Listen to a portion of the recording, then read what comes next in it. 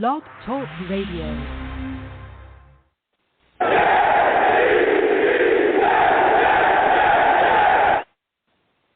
What's going on, folks? It's your boy Long Beach Joe, and I am back at it again.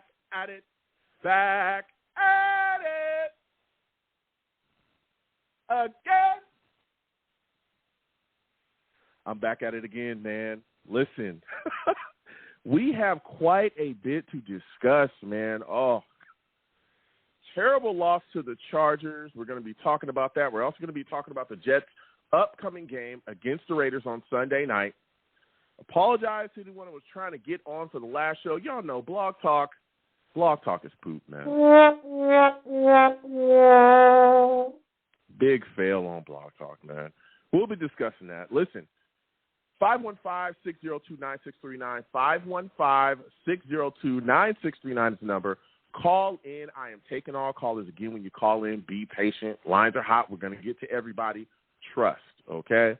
But before, I'm so fired up, man. I cannot wait to have this discussion. Let me get into the show. Listen, I am the man of the people. I'm here for the people. Let me shamelessly promote my Facebook page. Everyone go on Facebook, search The Long Beach Joe Show. Like that page. My content's up there. Go ahead and give it a listen. Message me. I'll message you right back. I love going back and forth with you folks about this football team. Also, leave me some feedback. I love hearing about what you folks think I do here on The Long Beach Joe Show.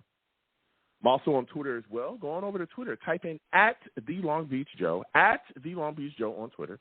All right? Follow your boy. I'll follow you right back. You know what I'm saying? Let's go back and forth and have that discussion. Talk to me. All right? Personal page is YoungJ000. Okay? I'm also on iTunes as well, for those of you that do not know. Okay? The show goes over to iTunes as a podcast. Going over to iTunes, type in The Long Beach Joe Show. The Long Beach Joe Show on iTunes. All right? Subscribe to the podcast there. Leave me a 5-star rating. And leave me some feedback, man. Let me know what you folks think about what I'm doing over here. It helps get the show out. So please do those things, all right? And I appreciate y'all for doing those. Everybody that leaves feedback over there and lets me know how you're feeling about the show, I appreciate all of y'all. Please continue to do so if you haven't already, all right? For those of you that may not know, okay, your boy is also live on YouTube, okay? Yes, I have a YouTube channel. You know, we go back and forth. We have a lot of fun. We do the show live on YouTube. Come on over to YouTube. Type in Long Beach Joe Jets. Long Beach Joe Jets on YouTube. All right? Subscribe to the channel when you do that. Hit that notification bell so when I post content, you'll be in the know. Also, you know, hit that comment. Hit those comments. You know what I'm saying? Let me know that you're in the building. Let me know about what you think about what I'm doing here. But be careful, all right? Be careful when you come over here now, because you're going to have to deal with some people when you check out the live show, all right? I got a lot of people that bump into it. They go, Joe, I didn't know that you was live. You go, yeah, I do. You know what I mean? Salute to all the ladies out there letting me know that, hey, Joe, you're handsome. Thank you, ladies. I appreciate you. You know what I'm saying? I'm just working with what I got. But when you come over here, trust and believe, you're going to deal with my chat, man. You're going to deal with some people in my chat. I call them the savages. You want to know why? Because they're savage.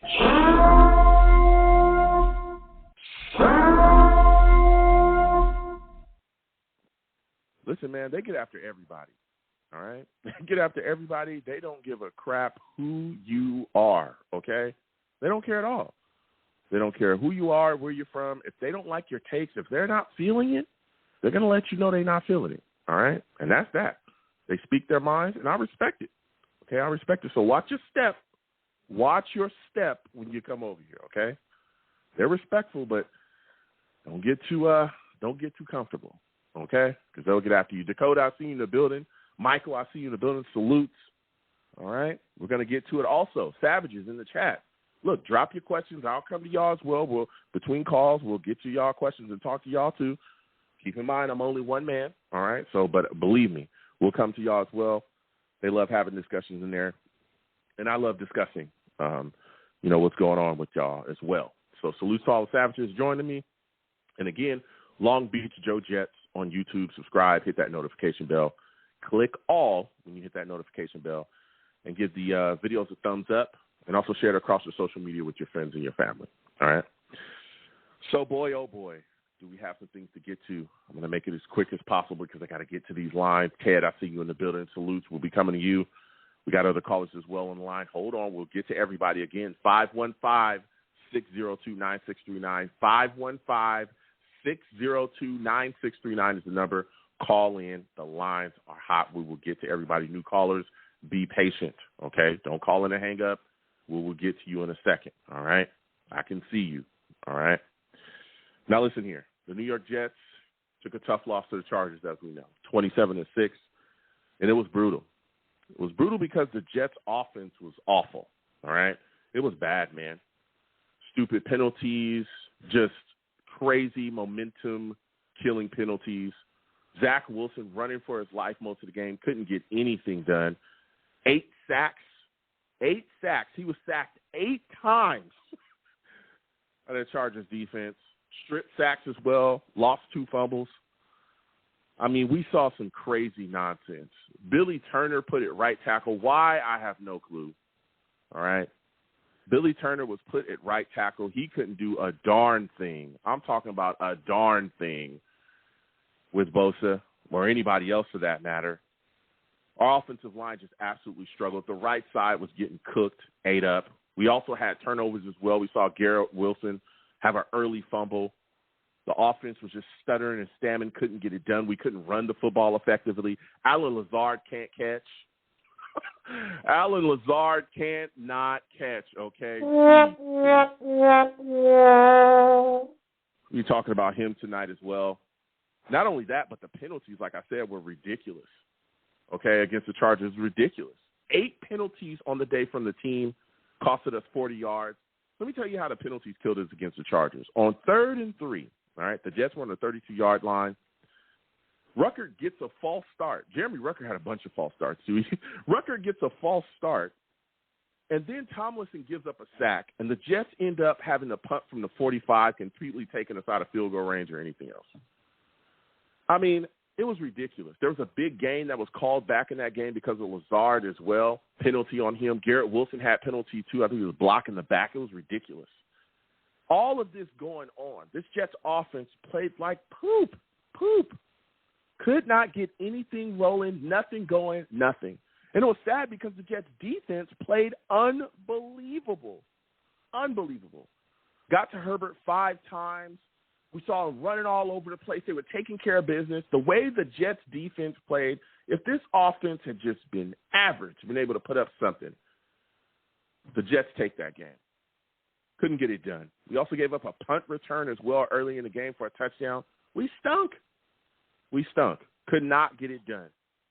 So many times we absolutely caused our own issues in that game. Mind-blowing. Now, coming off that game, there's been a lot of heat going left and right to a lot of people, right? Whoa, it's been nasty, okay? You got Jets fans screaming. There's a section of the fan base that is screaming for Zach Wilson to be benched. Call for Sulla's head. I've seen that. People upset with Nathaniel Hackett and his game plans. His offensive play calling is suspect. We'll be talking about that tonight, too. There's a lot of screaming and yelling about this offensive line. So many things going on, and that's when you start to look at where the Jets are going, right? With so much heat. All right? Everybody barreling down on the football team, the fan base, the media, mainstream, and beat writers just piling on, peppering down on the Jets with everything that they can muster. And now the New York Jets have to go up against the Las Vegas Raiders, a team that is actually, on the other side of things, all right? They're trying to turn things around. They got rid of Josh McDaniels. They're coming off of a big win against the Giants, and they are trying to turn their season around so that they can make things happen. And you're starting to see that they have some swagger, and they're putting things together. Listen here, this is going to be a big challenge for Robert Saleh. This upcoming game against the Raiders is going to be a big challenge for him, all right? It's going to be a big challenge because he's going to have to get this team focused.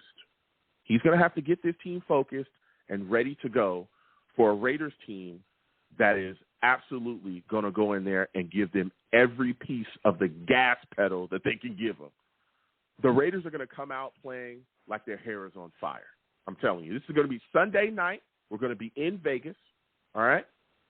They're coming out playing for Antonio Pierce. They're willing to run through a wall for that man. Antonio Pierce is now their head coach. Yes, he used to play for the Giants, linebacker, good player, also from Compton. Salutes to all of my family and friends from Compton, okay? Everybody knows I grew up on the West Coast in Long Beach. Compton is right there, all right? Compton and Long Beach together. Now you know we in trouble. That line is famous for a reason, all right? So he's out there leading these guys. Sella has to make sure that this Jets football team is completely mentally ready to move on from that Chargers loss and focus on this Raiders team. Because if you don't, they're going to put it together. Also, can Robert Sella get this team prepared to swing West Coast and come out with some fire of their own? The New York Jets historically have issues swinging West Coast and getting it done. We know that, right? Whether it be coming off of a bye week or just regular games. We're Jets fans. We've seen this before, especially going out and playing the Raiders. The Jets swung West Coast earlier this season, going out playing the Broncos. Y'all saw how we looked in that game. We came out in the first half, looked slow, sloppy, lethargic. There were tons of mistakes, coaching mistakes, all kinds of things, right? All kinds of things going on there.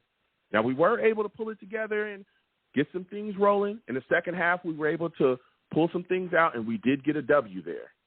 But let me tell you something. Against this Raiders football team, you come out slow and lethargic against them, you come out not ready to go, they'll blow the doors off of us. They'll blow the doors off of us. We'll be done. They'll blow us out. All right? So we've got to come out ready to go and fired up. That's going to be a big challenge because, again, for years, the Jets football team has not done that. Talking about the offense now. Listen, Zach Wilson is under fire, okay? He is under fire, baby. People want him gone. Whoa. All right, and we're going to be talking to everybody tonight. Again, 515-602-9639. I'm taking all calls. I want to hear everyone's perspective. That's what I do here. I want to hear you. Now, look, do I think that Zach Wilson is playing like Patrick Mahomes or Josh Allen or Hurts? No. No, I don't, okay? I don't think he's playing unbelievably amazing, but I also think that when you look at his play, which has been up and down, there's some things around him that are really bad, that are hindering some of the things that he will be able to do. We know that Zach Wilson is not Aaron Rodgers. We know that, okay? If you didn't know that, surprise, surprise, he's not Aaron Rodgers, okay? And we knew that Zach was still trying to find his way and come along. But here's the deal. This offensive line is horrific, okay? Horrific. Everyone except for Mekhi Becton is not playing good. Not at all right? There's been so many injuries. Things are shaking up, right? We've lost ATV. We've had various other injuries that have impacted this line. This week, we're going to be without Billy Turner, which, I mean, I don't know if that's necessarily a bad thing, right, with the way he's been playing. But he's got a finger injury. He's going to be having a surgery as well. I wish him a speedy recovery, and we'll see when he's going to be able to come back. Dwayne Brown is also still going to be out as well. So when you look at this offensive line, it's going to get shifted again, right? You're going to have Becton still at left tackle, Tomlinson, Pittman at center. There's going to be an opening at right guard, though. We're going to see what happens and who's going to fill that out. Maybe it's Chris Glazer, the offensive lineman we have, the backup. Maybe he's the guy that they put there. We'll see. And then you're going to have Max Mitchell at right tackle, where he should have been the last game, okay? Now he's back at right tackle. The reason why this is important is because you're facing Max Crosby this week. Listen, if you thought what Bosa did was just, oh, that's just kind of a one-off, it'll never happen to us again, oh, no, it will. Because Max Crosby is a game wrecker. And he's one of the guys around the league that I think doesn't get enough credit for the production that he has, right? Because he's one of the guys, honestly, that's like one of the only guys on that team that can rush the passer to the level that he rushes the passer. This guy will destroy you if you don't get him blocked. I'm telling you, he'll decapitate Zach Wilson, and we will lose. If Max Crosby has a big game, it's going to be game over for us. All right? We have to find a way to get this guy blocked, and we've been struggling to do so. Whether it be changing the game plan, Nathaniel Hackett, getting some tight ends in there to chip, I guarantee you they're going to move him around the line, right? And they're going to put him on that right side to test because that right side has been easily feastable, right? We saw various other teams do the same thing ever since we've had these injuries. We saw the Chargers do that, load up on that right side because Billy Turner and Max Mitchell can't get it done over there. So this is going to be a big test, again, for our offensive line. Can you get Max Crosby blocked? If you can't, we're a done deal. We've got to stop the self-inflicted wounds, the stupid offensive penalties. They've got to end. If they don't, we're done. We are done. If we're ever going to be a good team in this league, an upper echelon team, you cannot give away penalty yards, easy yardage to other teams. You will get smoked. You will get smoked. You can't do that against bad teams. And Sulla has got to get that in check. It's killed so many of our offensive drives. We saw it just in the last game. Breece Hall had a big breakout run. Next thing you know, flags up, block in the back, illegal shifts, false starts. Jeremy Ruckert, false starts, killing us, putting us behind early in yardage. And for the love of all that is good, can we get back to running the football effectively? Yo, what happened to that? What happened to handing the ball to Breece Hall, giving him some type of hole that he can actually run through, and having him pick up yardage? What happened to our ground and pound identity? We're not running the football effectively. We haven't been running the football effectively in a couple of weeks, right? Which is hindering our offense. The Raiders, at this current time, the Raiders' defense is 31st against the run, okay? I'm going to say it again. This Raiders defense, okay, currently is 31st against the run, all right? If we can't run on the Raiders, my goodness, who can we run on? Alan Lazard, I'm calling your name, my boy. I need to talk to you immediately. Here we go. Right? Listen, you need to learn how to catch, brother. All right? I need to see you actually catch a football this upcoming week. And I've been talking about this guy for 2 weeks, okay, about almost 3 weeks. Just little subtle questions. Hey, why do you think that Alan Lazard hasn't had a big breakout game? Do you think this is the game where we'll see Alan Lazard kind of come around and have a big-time impact? The Raiders, I'm pretty sure, are going to double Garrett Wilson in an attempt to completely take him out of the game plan. Garrett Wilson is great, right? If Alan Lazard cannot find a way to get open, right, win his matchup and catch the football, we're going to continue to have trouble.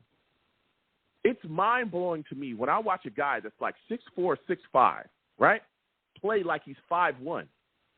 He's not jumping up for footballs. I'm watching him lean back and pray to God that the ball just falls into his chest instead of going up and attacking at the highest point. We're paying this guy like $10+ million a year. We brought him into the building excited about what he could possibly bring to the Jets. I myself was excited because I said, hey, this guy, right, this guy is going to give us what we were planning on getting from Corey Davis, a big body that can get down the field, that can catch the ball, that can go up and get it. And all this guy has delivered is drops, penalties, and nonsense. He's got to clean it up. And if he doesn't clean it up, maybe he finds himself on the bench for a little bit. Maybe we need to get guys like Jason Brownlee and other guys that can go out there and get the job done, go out there and allow them to actually get it done. Competition in every position, that's what we preach. If you're not getting it done, what can we do with you? Alan Lazard has got to step up, man. What I saw from him in the last game was ridiculous. He's hurting our offense. His drops in critical moments are killing us. Now this defense, and we'll get to the lines in just a second, 515-602-9639. We finish this point. The defense I'm not necessarily concerned about, right, going up and facing against this Raiders offense. Again, I'm not disrespecting the Raiders. The Raiders are a good football team. I'm not disrespecting them. But our defense is, in my personal opinion, the best defense in the league. In my personal opinion. All right? We got to get after O'Connell. It's a rookie. Make his night a living hell. Pass rusher after pass rusher after pass rusher, right? Bryce Huff, Jermaine Johnson, Quincy Williams on blitzes. Will McDonald is questionable at this point. We'll see if he's able to go. If he's not, Carl Lawson's got to be activated. Send him at him as well. We need to get after him at all costs. Bang him around and jack him up. Quentin Williams, let's get it. Quentin Jefferson, right? He's getting after it too. Let's get it. And a lot of people are starting to question Quentin Williams, which is blowing my mind. A lot of people are upset talking about he doesn't have sack numbers and all that stuff. Listen, Quentin Williams is an interior defensive lineman, all right?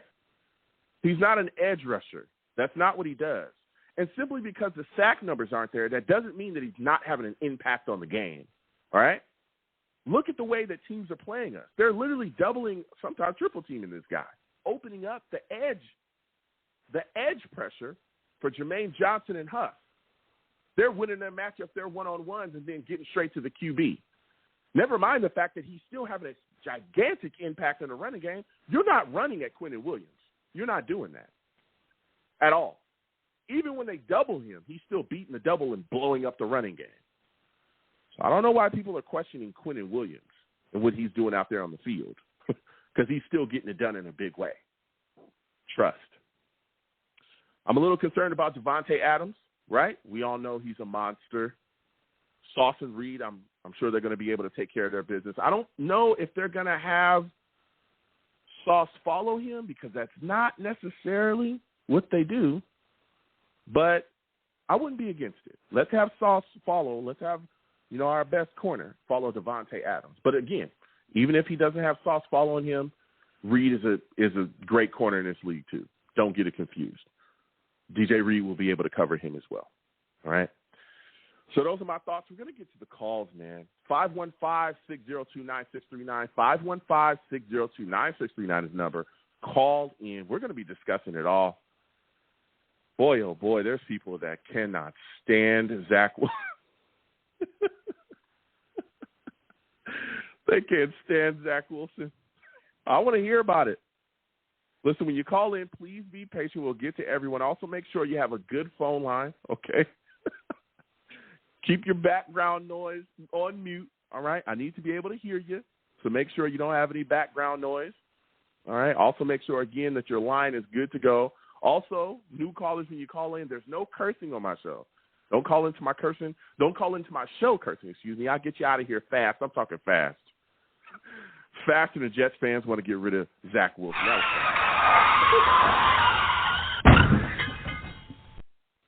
That was fast, man. I don't think he's to blame for everything. I don't. I mean, he's made some mistakes. He's definitely, he's not perfect, but I don't think he's to blame for everything that's going on around here. Whoa, when you look at this offense, please give the stream a thumbs up, subscribe if you haven't already, share the stream with your friends and your family, all right? And also, again, when you hit that subscribe button, click that notification bell, all right? If you want to give to the stream, Super Chat's there, Cash App is at the bottom of the screen. Anything you get to the platform is greatly appreciated. Let's get to these lines. Again, 515-602-9639 is the number. Call in. First caller we're going to. We got to go to Ted, man. 973-908. We'll come to you in a second. New callers, we'll get to y'all as well. We're going to Ted, though, man. Listen, for those of you that do not know, Ted, he's a savage.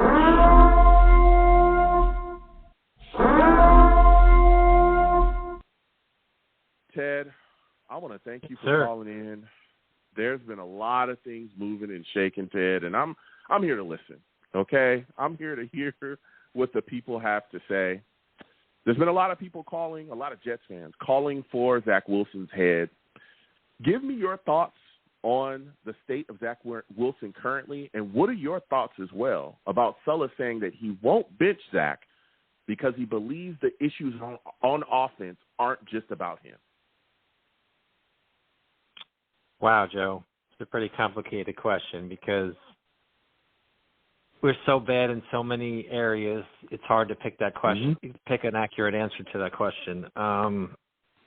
The thing I'm concerned the most with, Joe, is the breakdown mentally in terms of penalties, drops, that kind of thing. Maybe these players don't feel like, I don't say that I feel like they don't have a chance to win, but it seems like we're going into games knowing we probably have to be perfect to score. It takes so much effort to score, with a Zach Wilson. And I blame Zach. You can't control the offensive line injuries, which have been brutal because it's happening every week. And Hackett, because Hackett hasn't really played to Zach's strengths. I see the same plays, a lot of the same concepts, and it's just not working. And I'm looking for design runs and boots and all this other stuff, and we don't seem to do it. Maybe Hackett's stubborn, or maybe he doesn't think Zach can do it. I just trying to figure it out, Joe. But I would give Zach one quarter. If he's abysmal, I would bench him. Okay. Wow. Okay. Yeah. Okay. We're to the Talk point, to me. Joe. Talk to me. That I was going to ask you that. Yeah, we have to salvage our season, Joe. I don't care what people say. Okay, so we faced the Chargers, right? They were the 30-something, 28th ranked defense. Now we're facing, and we couldn't score. We moved the ball a little, but there were so many obstacles in that game for us. There were so many penalties, drops, sacks, everything that could have happened bad. Now we're facing the 31st or whatever you said the Raiders are in terms of defensive stats. Now, so theoretically we're thinking, okay, we should move the ball. We didn't move against the Giants. We didn't move against the Chargers, and I can't guarantee we're gonna move against the Raiders, Joe. What's the guarantee? Because they have a high ranking. Go ahead, Joe. Well, yeah, they're 16th overall, but they're 31st against the run. I think they're like 8th against the pass or something. But here's my thing, and I'm a realist, and everybody knows that. All right, I'm very fair and balanced with my takes, and I lay, the blame where it needs to be laid. My thing is, judging Zach is tough because there are so many bad things going on around him. I don't think that any quarterback, and including Aaron Rodgers, because I've seen Aaron Rodgers running for his life in a Jets jersey, right, for a couple plays when an offensive line could not block to save their lives. I've seen that. So I don't think that any quarterback could be successful under the type of pressure that we're seeing Zach Wilson have to deal with.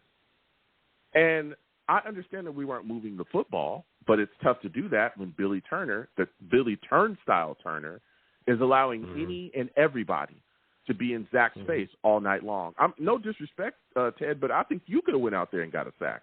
If you would have put on a jersey, you would have had a sack. If I would have went out there and went on the right side, I would have had a sack too. Could be. All the Savages in there, sacked all the Savages. It's like the Oprah show. Like you get a sack, everybody gets a sack. Exactly. You know what I'm saying? Exactly. Like, it was that type of night. And so when I look at that, I'm saying, well, how exactly is Zach supposed to get rid of the ball? Because then you look at the next level, right? And again, I want to hear y'all takes. I want to hear from you as well, Ted. I look at the next level and I say, okay, well, maybe Zach isn't getting the ball out fast enough. And I'm looking and I'm seeing the guys aren't getting open. And this is something that we've been talking about, not just last week against the Chargers, or this last game against the Chargers, We've been talking about this for a little bit since the Eagles game. I remember Garrett Wilson I think he sat out one of the last drives. And everybody was talking about how no one was getting open once Garrett Wilson went to the bench. Well, that's something that's continued, okay? Not only has it continued, guys aren't getting open, we're seeing critical drops. When Zach is delivering you the ball, you're dropping the ball. We've seen big drops. Exactly. Allen Lazard being one of the main guys from the last game was egregious. His drops were drive killers. Can you put that on Zach? No, listen, I love C.J. Uzomah. I watched C.J. Uzomah, veteran tight end, a guy that we were all excited to be on this team, and I cannot wait to continue to see him. He dropped a wide-open touchdown that Zach put in his chest. He was wide open on the ground. Zach put it on him perfectly. He bobbled and dropped it. That was the type of night it was. Exactly. So it's like, how can you blame Zach for that? You can't. You can't.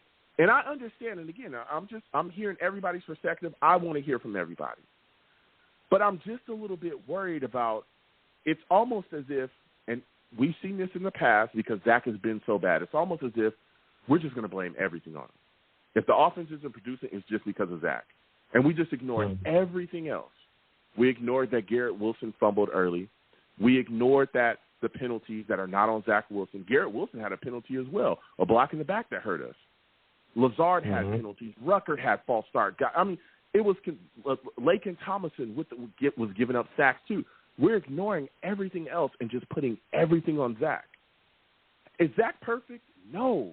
Is he playing like Patrick Mahomes or any of those guys? No. But I'm just concerned that people are just screaming anybody but Zach. And when it happens, again, Sulla has said that they're not going to bench him. But I personally don't think that Tim Boyle is going to be better than Zach. I don't. Me personally. I know that people are screaming for Simeon as well.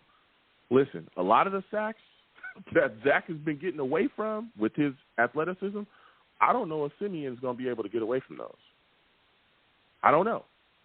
Right? But I don't necessarily think that any quarterback can be successful without proper protection. And that's what I think we're seeing here. Give me your thoughts about all of that, Ted. I just kind of went on a rant there. Yeah. But give me your thoughts. Correct, Joe. I agree with that, Joe. But let me just say this, Joe. So basically, Thibodeau and Dexter Lawrence, we had all those injuries in the game. We couldn't make the adjustments, and we had, multiple injuries on the offensive line. So Thibodeau, we should have lost the Giants game. Let's be honest. Yeah. So Thibodeau and Lawrence wrecked us. And so what do we think going into the Charger game based on that? We should somehow block Bosa and Khalil Mack, right? You would think in theory, those are the two key guys we have to block. But no, we don't. We just let them run wild. Okay? Yeah. So I didn't see, I didn't see many chips on these guys. Double them with a tight end. But like you said,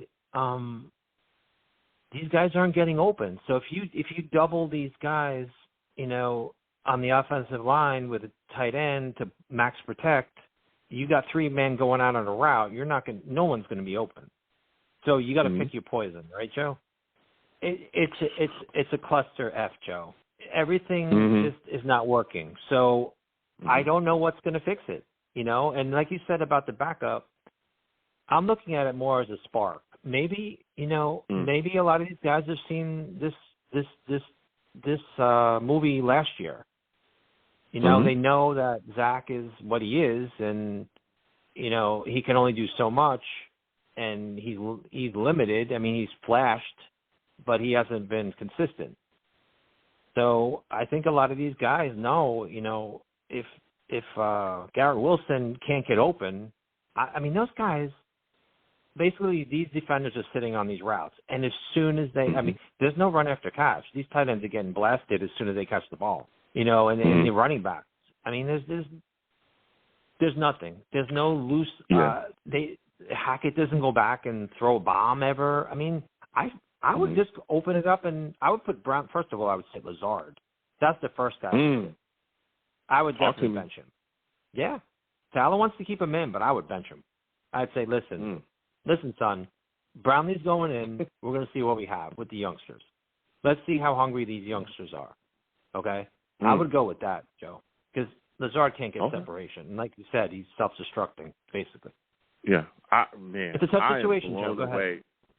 Yeah, listen, I'm right there with you. I'm blown away with how our offense, our weapons, the guys that we were just so fired up, no one's getting separation. No one's getting open. If it's not Garrett Wilson, it ain't working. And it's mind-blowing to me. It is mind-blowing to me because I know that these guys can play. Like, I know that Lazard is not, he's not Davante Adams, but he's not what we've seen. At least that's not what I've seen from him for a couple of seasons. So it's like, right. what is happening here? But something, like you said, there's got to be a spark. And I think the spark that I think could really reignite the Jets offense is us recommitting to getting Breece Hall involved in running the football effectively. And that's going to lead to my next question for you. Mm-hmm. Mm-hmm. Do you think that this is the game where the New York Jets step in and say, look, we got to get back to ground and pound. We got to get back to getting effective on the ground. Do you think that this is the game where we will see Breece Hall really be kind of reinvigorated within this offense, where we look to him to really run the rock and lead the offense? Well, Joe, knowing Robert Saleh, it's probably going to be like a 13-10 game where, Breece Hall will run the ball and maybe Dalvin a little bit, and then we just play defense, because we're so good at defense. Our defense is – we haven't even mentioned the defense. Joe, that defense I was about to go there. Go sick. ahead. Jet defense is sick, Joe. But you can't rely on them every game like we are. I mean, Saleh seems to want to, but we're in a tough spot, Joe. I don't know what we can do. You want to rely on I guess that's the only way we can win right now, because our backup quarterback is bad. Zach is mediocre right now. We just have to play close to the vest and just try to grind out these wins. But eventually, they get enough tape on us on our offense, and this is kind of where we're at now. We're kind of stuck. So let's see. I mean, if we pull out a win, we go to Buffalo and we go from there. But I say, Joe, Zach Wilson 1 quarter or a half at the most. And if we don't, enough of the red zone BS, I'll take Trevor Siemian getting the ball out in 2 seconds over Zach, holding the ball and getting sacked. I mean, you got to try something, you would think. Yeah. I hear you. I don't know, my Joe. final question for you, Ted. No, listen. I hear you. I hear the frustration. I'm here to listen. My final question. Yep. You talked about this defense. How concerned are you with the offensive struggles? How concerned are you about this defense gassing out? We're going West Coast. How concerned are you about this defense gassing out against this Raiders offense because the Jets offense may not produce in this upcoming game? They do have a good running back, I could tell you that. I mean, that's Josh certainly Jacobs. no joke. Yeah, that guy's a very good running back. We let Saquon do some damage to us and some other running backs, so I'm sure Antonio Pierce is looking at those videos and looking at what they can do to us. I don't know, Joe. We have to score. I think Saleh, we're going to have to either call the offensive plays differently this week and have Hackett. Saleh has to go to Hackett and say, listen, you need to change this up because it's not working. So either that happens or Zach gets benched, and you're going to call the same plays. That's what I think is going to happen, Joe. It has to. We can't keep putting this product out and not scoring in the red zone and relying on field goals and defense and special teams. Look what happened last week. Yeah. We relied on it, and we lost by 3 touchdowns. Yeah. Even though what's his name had his worst statistical game in 3 years, quarterback for the Chargers. So Herbert. Crazy, Joe. Crazy. We got after him, man, but we couldn't get it done. And that big punt return, I think it was like 84 or 86-yard punt return, that killed us as well. Yeah. The turnovers, it was bad. Joe, one more thing. It was bad. And like you talked about too, the penalties. Go ahead, Joe. Killed us as well. Go ahead. I'll let you finish. Yeah, sorry, Joe. No, I was going to say, what killed us is they knew once they got up, they didn't have to throw anymore. They ran the ball, and that's how do we play a team like that knows we can't score? I mean, it's like playing the Giants with DeVito. Like, I'm sure the Cowboys know that. We played DeVito, and all they did was hand the ball to Saquon and throw to Saquon. The Giants got to go play the Cowboys now with DeVito. Can you imagine that game? I mean, it could be 40-9. I mean, I don't know, Joe. Something has to give, Joe. Yeah. But I appreciate, hey, Joe, I appreciate your platform and everything. If you want to score, let's hope 13-9 Jets. Let's just go with that one, Joe. 13-9 Jets. He's taking it, all right.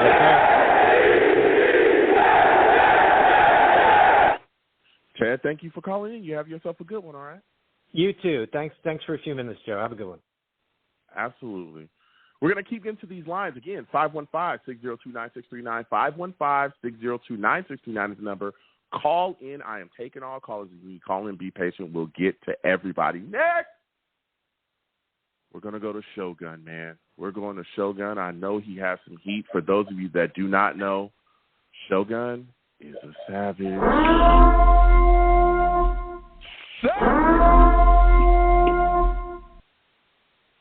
Shogun, salutes. I want to thank you for calling in, man. Oh man, we are coming off of we're coming off of a tough Chargers loss, 27-6. We're now facing the Raiders Sunday night football, prime time. The lights is going to be bright. We're going West Coast. How concerned are you about this Jets team swinging West Coast and coming out slow, sloppy, and lethargic? Well, Joe, I think it's interesting, to say the least, this time around. Obviously, I'm still pretty mad. Actually, screw that. I'm very mad about what we did on Monday Night Football. That was disgraceful, pathetic what we watched. You hold the Chargers to – this defense held the Chargers to 13 points. Yes, 13, not 27. 13 points, 186 total yards. Held Justin Herbert 16-30 to 136 and forced the fumble. But we put up 6 points against the second worst defense in football and the worst pass defense in football. Like, come on. Yeah. Now, I gotta be honest here. Offensive line, it's not great. Hell, it's not good. But Zach Wilson, I was watching a show the other day, another podcast called the Jake Asman Show. Might have heard it, might have not. Anyway, it doesn't matter. Yeah, I've been on there. He brought up a stat. And Zach Wilson had an average 4 seconds, over 4 seconds to pass on 6 of the 8 sacks that he took. So I don't know about you, but that seems like enough time to at least get the ball out of your hands, even if the receivers aren't open. Or it's like the one time where he had a free open 20 yards and he doubled it to Michael Carter. Like, come on, man. You had the first down right in front of you. He plays scared, Joe. That's what we see. That's what he's been doing since he came into the league. He's playing scared. Now, Nathaniel Hackett, I got to see him open up the playbook a little bit because it's not all on Zach as much as I think that he's the main problem on offense. But with Nathaniel Hackett, it's like they put the handcuffs back on him after the Chiefs game. No, you can't do that. You're not in a position to do that. You had an opportunity to climb into first place, tied first place in the East, and you squandered it. A golden opportunity. You blew it. You got to move on. And now with Aiden O'Connell in his second ever start, fourth, third, fifth-round rookie, I don't know, and an interim head coach who I like. I like the fact that the Raiders got rid of McDaniels. Not good for them. Actually, good for them because he wasn't good. Yeah, listen, I want because you're bringing some heat. I want to go back to something that you talked about. You talked about, a lot of people are saying that Zach holds on to the ball for too long, and that's where the sacks are coming from. Look, I've heard people talking about this, but especially like one of the strip sacks. I think it was the one where number 45 of the Chargers was actually sacked him and stripped him. When you look at that play, there's nobody open. There's nobody open for him to throw the ball to. So when we're and I understand, look, again, I respect everybody's perspective and I want to hear from everybody. But people are saying, well, Zach, just get the ball out of your hands. Well, Zach was doing that at one point last year, and that's when he was throwing all those interceptions. Anybody remember that? When he was getting pressure and there was pressure in his face and he would just let it rip, and he was throwing interceptions. And then what happened? He got spanked because of that. He got sat down. He got benched. The entire fan base was on top of him, rightfully so, right? Because that's your job as the quarterback, is to not kill your football team. It's to not damage, trying to do whatever you can do to get a W. And he was damaging us because he was throwing the ball even when guys weren't open, just saying, hey, put it up there, I'll make a play. Well, now he's not doing that because guys are not open. We're seeing a sign of maturity. I'll take the sack and live for another day. And now it seems like that's a problem. Because even when people are saying, oh, well, just get rid of the ball, Zach, and he is getting rid of the ball accurately, we're not talking about the drops. Listen, Alan Lazard had multiple drops against the Chargers. Multiple. And not even just drops. There was a play, I wish I had the actual time on the play. But along that left sideline where Zach threw the ball up, it was a perfect throw to him. And Alan Lazard just leans back and lets the defender knock the ball down instead of just going up. Yeah. If he just stops and jumps, he catches that. So yeah, it's he's like, got to go up where's and get that that. fact? Exactly. He's got to go up and get that. So, look, I get it. I'm not a Zach defender to the heels at all. He's not playing great. But when you look at some of the things that's going on around him, it's like, well, of course he's going to get sacked if Billy Turner, the turnstile, is just letting guys pass him. Right? Nobody, I'm telling you, me personally, I don't believe that Aaron Rodgers himself could be good playing with this offensive line playing the way they're playing right now. Because I saw him, I physically saw Aaron Rodgers run for his life, and I don't mean to laugh because it sucks, and I cannot wait till he comes back. But I saw the plays before he got hurt when he was running for his life. I remember one of the plays, one of the first ones, he literally got away from a sack and was running towards the sidelines, almost fell down, and just threw the football before he fell. And it was like, bruh, because nobody can block. So that's what I'm wondering is, how is everybody so willing to just shovel all of the blame on Zach, or most of the blame on Zach, when you look around him and everything else is performing so badly, right? I think we talk about the offensive line not performing. We're talking about the pass catchers not catching the ball. Even you just talked about the offensive play calling. That's been questionable too. So it's like, is Zach really the problem? As much as the problem as everybody is saying. I want to hear from you. Go ahead. Continue on your point. What are your thoughts about what I just said there? I mean, you hit a lot of nails on the head right there. And I feel like Zach gets most of the heat because he is the quarterback after all. And I feel like with the way we see some of these elite quarterbacks, and even C.J. Stroud, to an example. Now, that boy is a dog. C.J. Stroud, that's a number 2 overall pick. Zach Wilson, I think you would agree with me when I say this, he hasn't played like the number 2 overall pick. C.J. Stroud, you're playing with a really bad, with the worst offensive line than Zach Wilson. He's throwing to guys like Tank Dell, Nico Collins, John Mechie, and he's putting up these numbers. So it starts with the quarterback, in my opinion. And in my opinion, I think he's the biggest problem because it can't just be like a major coincidence that Chris Strebler or Mike White or even Josh Johnson come into the game under the same offense as Zach and they look light years better. Like, it can't be a major coincidence in my eyes. But here's what I need to see. I need Robert Saleh to be a coach. And before I continue, I want to, and I like Saleh too. I want to ask you. Go ahead. Before I continue, I want to ask you this: if no matter what the score is at halftime, if it's close and Zach Wilson has a stat line of like 7 of 14 for 65 yards. Do you think Saleh should give Simeon a shot? Well, I know that I don't know if they're going to call Simeon up. I think that's or just the backup. That's a big whoever thing the backup is. Tim Boyle. Here's Could the be thing. anybody. If I don't think he's going to do it. I'm going to stand on that because he's already said he's not going to do it. I don't think he's going to do it. I don't think they're going to bench Zach. I don't think they're going to do it. They're not going to do it. And here's why. I think one. Trevor Simeon is, again. It depends on down the line. We'll see we'll see if he's even really ready, right? Because he's still got to learn Nathaniel Hackett's scheme and do all that stuff. But I don't know if Boyle or Simeon even Simeon. I don't know if they're really can produce anything better than Zach Wilson, especially Boyle. Boyle, we watched him all preseason. He did not look good in this offense at all. Right. Zach Wilson looked light years better than him during the preseason. Light years better than him in the same offense. So I know that Jets fans want to move on from Zach Wilson. I get it. He has not been that great. But I just don't know. And again, even when we talk about this offense, right? Yeah, Mike White, look good. And he looked bad at times too, but he did look good in the offense. But Zach has had those moments this season.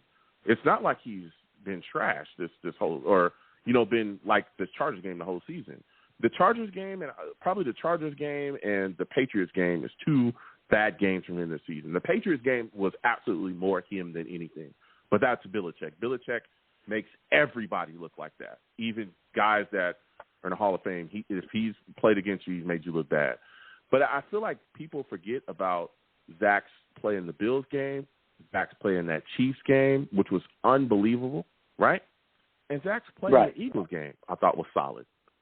And I feel like people are trashing that and throwing that away. And, again, I'm looking at the total picture. I'm not a Zach defender. But when people talk about that with him, I think people are forgetting that too. Now, if he clearly is the thing that's killing us in this upcoming game, if he comes out and throws like 4 interceptions that just looks horrible, maybe they'll think about benching him. But even when Sulla was asked by the media about, is there someone else that is telling you to start this guy, right? Basically asking him, is Joe Douglas, the guy that drafted Zach Wilson, forcing you to play him? That's what I or think. Woody Johnson? That's what I think is or happening. Woody Johnson. Honestly, that's what I think is happening. No. I think it's Joe Douglas. I think it's Joe Douglas, because why else would Salah say I plead the fifth on that? And I didn't mean to interrupt you. I just I agree with your point. Yeah. And I think Salah's hands are tied here. Like, you could tell that he doesn't. I don't think he wants to play Zach Wilson, and here's where I'm going to criticize.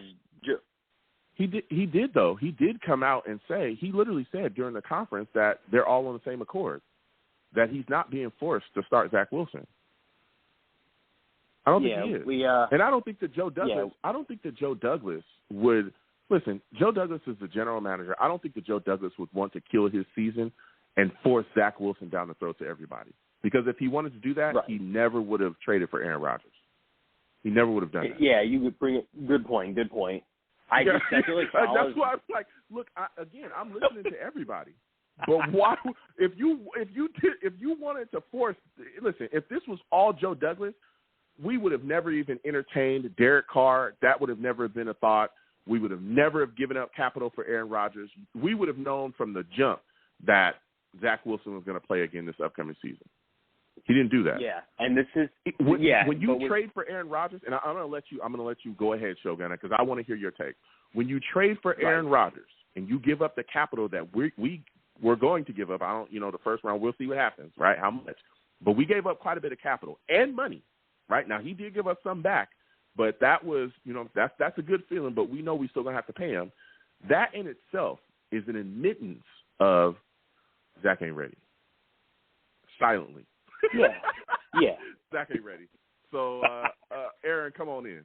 You know what I'm saying? But we know that Zach ain't ready. But go ahead. Give me your takes, Shogun.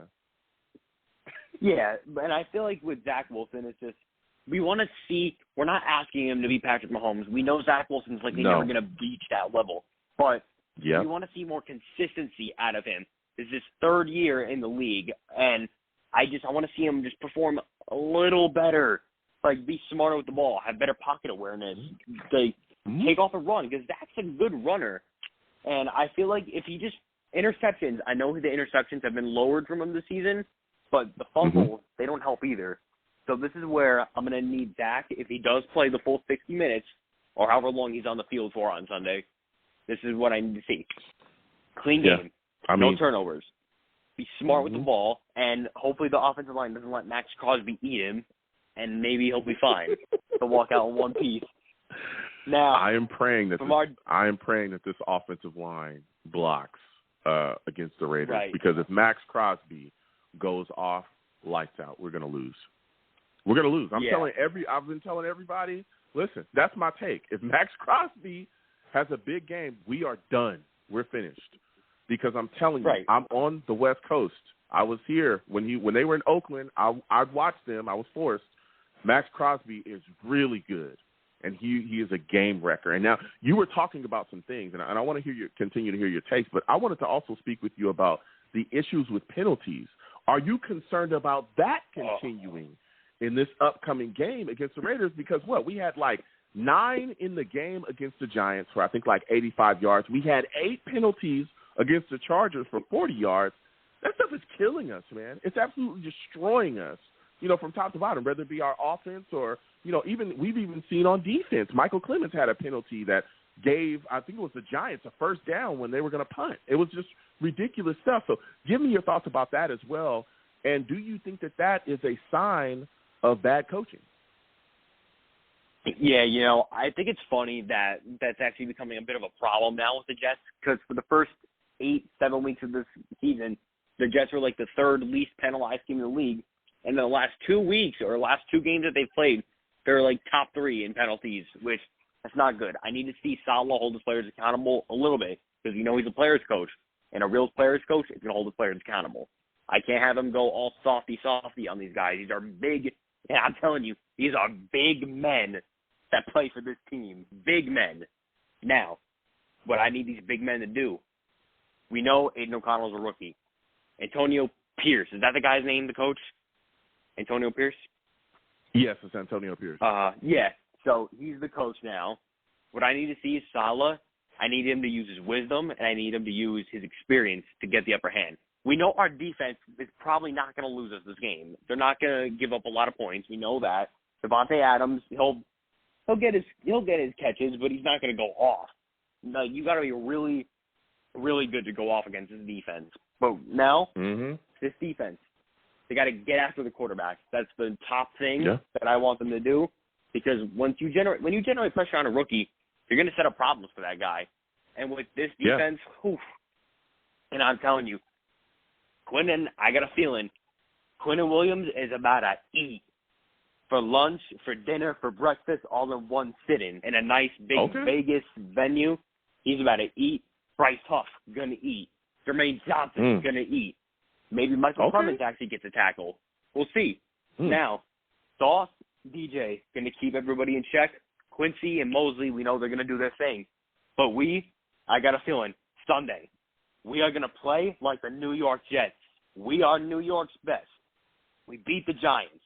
We beat the Bills. We're going to beat the Bills again. I'm telling you, we're going to beat them again. And we're not quitting. We're not going to give up. We're not going to just sit down and let the league walk over us anymore. That's done now. When we go to the Raiders, we're going to knock Aiden O'Connell down. We're going to knock them down, all of them. Then the referee is going to blow his whistle. The fourth quarter is going to hit 0, and the referee is going to count 1, 2, 3. Then Aiden O'Connell from the ground is going to look up, and he's going to look up. He's going to see a team better than you. He's going to see a team greater than them, light years ahead of them. And once we make a statement here we go on Sunday, 2010, baby, Breece Hall goes off. Garrett Wilson goes off. Zach Wilson doesn't play clueless. We win 20-10. And then, once more, on prime time in front of the whole world, the NFL will acknowledge the New York Jets.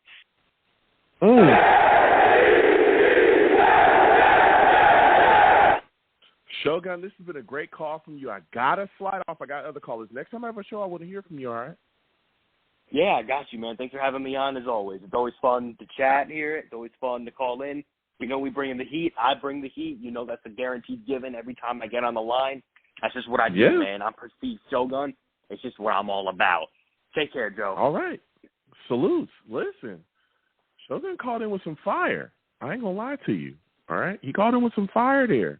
We're going to keep getting to the lines again. 515-602-9639. 515-602-9639 is the number. Call in. We're taking our callers. Next, we're going to go to Steve, all right? Jack, we'll come to you next. We're going to hear from Jack. You know what I'm saying? I got callers from all over the place. I'm going to call in and talk about this team, even people that, root for the Raiders. We're going to have that discussion, okay? New callers as well. We'll get to you in a second. But we got to get to Steve, okay? Listen, for those of you that do not know Steve, he's a savage.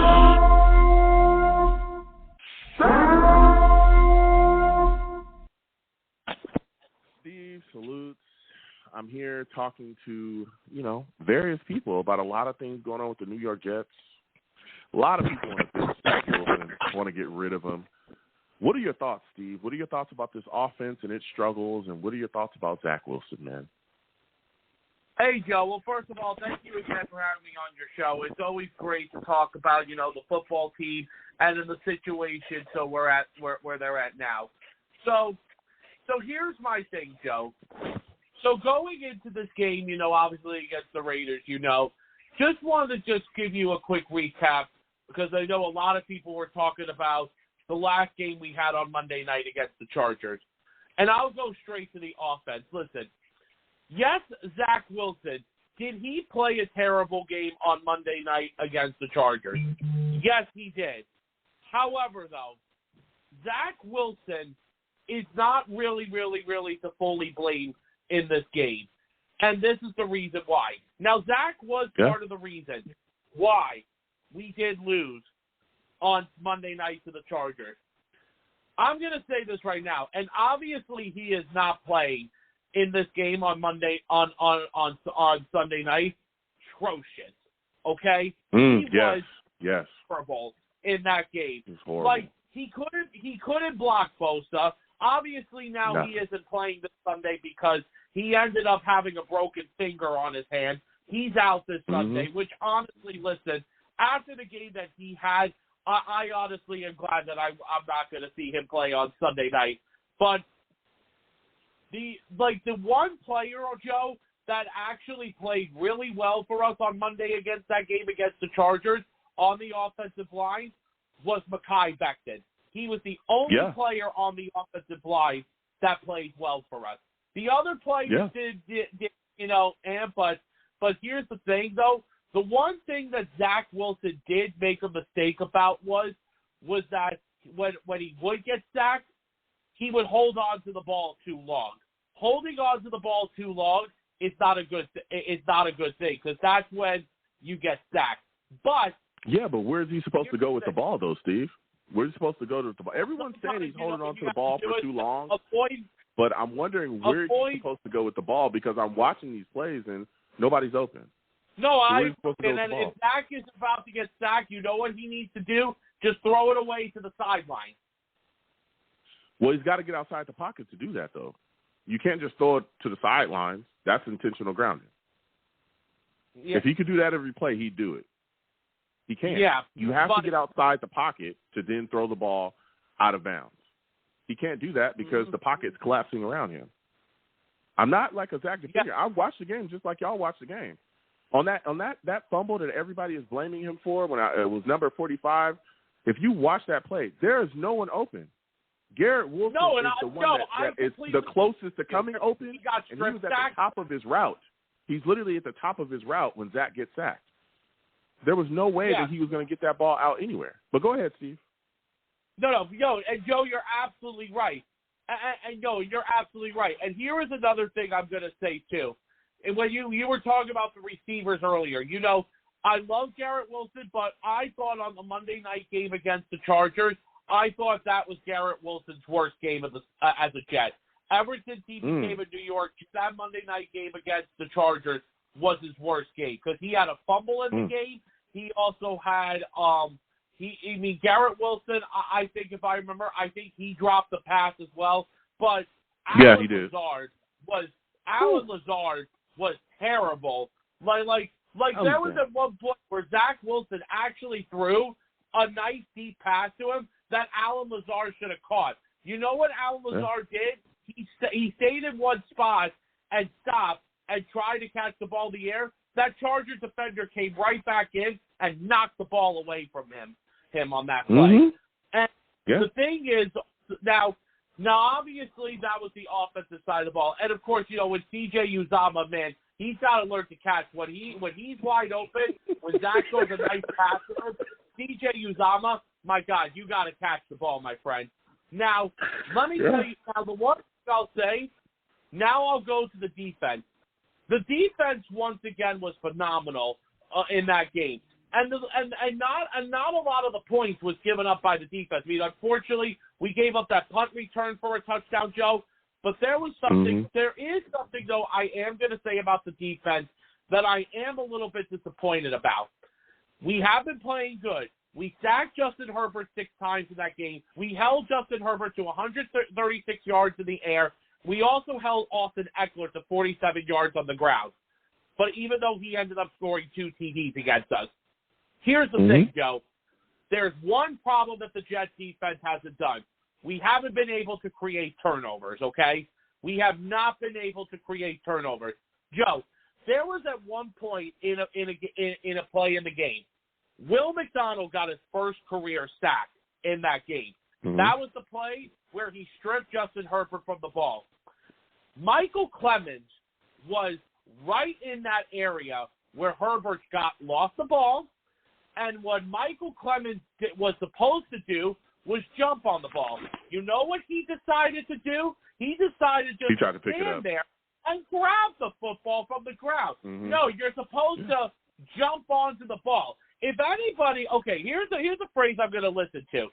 If anybody has ever watched, back in the old days, the Looney Tunes cartoon, you ever see that thing, dog pile on the rabbit? Guess what? The rabbit is the football when the football is fumbled, okay?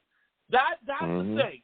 When you see the rabbit on the bottom and the ball is loose on it, like that's what all the dogs did when they tried to pile on Bugs Bunny. That's what the football is, okay? And that's what Michael Clemens was supposed to do. Yeah. I mean, the Jets defense has definitely had games where they've had some turnovers and they were able to get one, but we weren't able to get one against the Chargers. I think we had like 2 or 3 or maybe 2 against the Giants. We had some turnovers as well in Kansas City against them too. I think we got some interceptions against the Eagles as well. I remember we had a pick. The Broncos game, we got some turnovers there against the Bills as well. But definitely in that game, a turnover would have helped, like you talked about as well. That fumble, that could have been huge for us as well if Clemens would have been able to just jump on that. But like you said, tried to pick it up. But the Jets defense was phenomenal in that game. I'm not going to rag on them at all. They were just unbelievable. They battled, they fought. I mean, and they got to Herbert, and they gave this offense more than enough to be able to take that game away, but didn't get it done. But I want to go to the Raiders game with you, Steve, because you broke down that Chargers loss. You look at this game, there's a lot of people that are upset about Zach Wilson, talking about him. If you were in the coaching staff, I mean, how long of a leash are you giving Zach Wilson, or how short of a leash are you giving him? If he's bad for 2 quarters, if you're Robert Saleh, would you look to bench him? If let me just say this right now, if he does continue to play bad, then yes, I would honestly have to bench him and put Tim Boyle in the game. But the thing is though, Joe, is that, listen, I know Robert Saleh is doing everything that he can. And listen, I think Robert Saleh is still a great coach, and he's done he is doing the best that he can to do with this football team. But the thing is that some Jet fans are thinking that Robert Saleh is starting to act like Todd Bowles is right now. Like basically saying that, Robert Saleh is clueless and doesn't know like what he's doing, with the quarterback situation. I mean, listen, I do agree with what a lot of Jet fans are saying. Yes, Zach was one of the reasons why, just going back to the Chargers game, why Zach didn't play well in that game. He was part of the reason. But remember, the offensive line didn't play well. The receivers didn't play well in that game. The whole entire Jets offense didn't play well. And Nathaniel Hackett even spoke, I think it was on Wednesday or Thursday or yesterday was when he spoke to the media. And Nathaniel Hackett even said that he has been frustrated, with the offense, and he knows the offense has to get better as well. He even said that it's not fully on Zach. The offensive line, yes, I understand we have the injury. The line didn't play really well the last game, and neither did the receivers. And even Breece Hall has not been playing well the last couple of weeks. But now here is the thing. We're going into this game now against the Las Vegas Raiders. Here is my thing about going up against this Raiders team. The Raiders are a team this year that have been a very, very up and down team. Like, there have been some weeks when they've looked really good and some weeks when they've looked not that good. Obviously, just recently, a couple of weeks ago, they ended up firing their head coach and Josh McDaniels and their offensive coordinator. I forgot what their offensive coordinator's name was, but I knew the head coach was Josh McDaniels. Josh McDaniels, the thing is about the Raiders is, the Raiders, despite the fact that they've been an up-and-down team, they do have some good offensive talent. Now, it starts obviously with their quarterback. I mean, Aiden O'Connell is a rookie quarterback, and I think Aiden O'Connell will be going into a very, very tough matchup with our defense because our defense, has been absolute lights out. There's a guy who I at my job who's a Raiders fan. He literally came up to me and he told me, Steve, I am so scared to play against that Jets defense because that Jets defense that you have, oh my God, that defense is phenomenal. He came up and told me about that. Now, now Aiden O'Connell does have some offensive playmakers. Obviously, Joe, you spoke about Davante Adams. Obviously, even though Davante Adams this year hasn't really had a big breakout this year, obviously, and obviously he's been frustrated with being with the Raiders recently. But they also have a good running back in Josh Jacobs. Josh Jacobs, is a player we got to watch out for. I don't know if you ever mentioned him. Oh, another guy you didn't mention, Joe, Hunter Renfrow. Hunter Renfrow is another player we got to watch out for. But on that Raiders defense, there is that one guy we do have to watch out for. Code name, Max Crosby. Because Max Crosby is coming off of one of his best games against the Giants, where he got to the Giants quarterback, whether it was Daniel Jones last week or DeVidio, he got him, I think it was like almost 7 times he got to him. Let me tell you, if the Jets' offensive line does not block Max Crosby, we're going to be in for a long day. We are going to be in for a long day. So, yes, and then we are. Listen, Steve. Other players, by the way, Joe, and I'll get back to you. Go ahead, quickly. One player you have to watch out for in the Raiders secondary, Marcus Peters. You got to remember about Marcus Peters because he is a great corner, and I know he's going to start Garrett Wilson. So, Joe, I'll let you talk. Go ahead. Yeah, listen, you brought some fire there, Steve. I just need your score prediction, man. Who do you think is going to win? Who do you think is going to lose? How do you think it ends up? You know something, Joe? I think with everything of how this is going to go, because the Raiders' offense overall is a mid-average offense, and especially if let's say if the Raiders' defense plays like how they get it against the Giants, Joe, I think it's going to be a low-scoring game, but I believe we will go into Vegas and get out of Vegas with a win. I'm going to give us a 17-10 Jets. 17-10 Jets? All right. Listen, Steve, thanks for calling in, man. Steve is bringing the heat, bruh. But we got to keep getting to these lines. We'll get right back in a second, but I got to talk to Tommy Thomason coming in with the big donation. I'm talking Tommy Thompson coming in with the big donation. Tommy says, Joe, when there's time, would you shout out, happy birthday, United States Marine Corps? Yeah. Those of you that do not know, I am a veteran. I'm a Navy guy. Got a lot of Marine friends. What is it? Semper Fi. All right, Semper Fi. Salute and respect to everyone, okay, in the Marine Corps. Happy birthday to the Marine Corps. I didn't know today was their birthday. But, yeah, I got a lot of Marine friends, too, so Semper Fi. All right, we're going to keep getting to these lines again. 515-602-9639. Salutes again to Tommy Thompson. Thank you so much, Tommy Thompson, for the donation. I appreciate you. Now we got to get back to these lines, and we got to go to Jack. Mac will come to you next. We got to talk to Jack, all right, because Jack is going to tell us what's going to happen on the Raiders side. It's a big Raiders fan. So we're getting to Jack. Jack Kenner, we're coming directly to you. For those of you that do not know, Jack's a savage.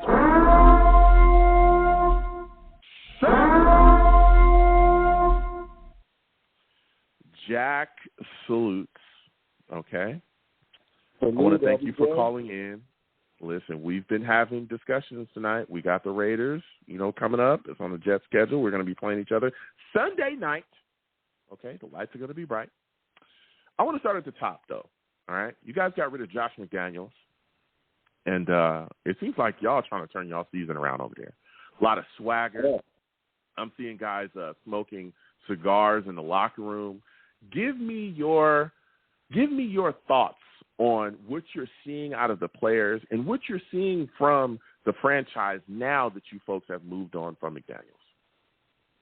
Yeah, LBJ, it is like Christmas in Raider Nation. I mean, it needed to be done. I mean, the whole nation is so happy and excited. And even you can just see it with the nation sees it, but, boy, you can see it with, like you said, smoking cigars in the locker room. They put up, cornholes. They put up a basketball thing to shoot at in there. They actually are now allowed to have, they can dance. They used to do this before he got there. They would do like a dance before practice, and now it's been brought back.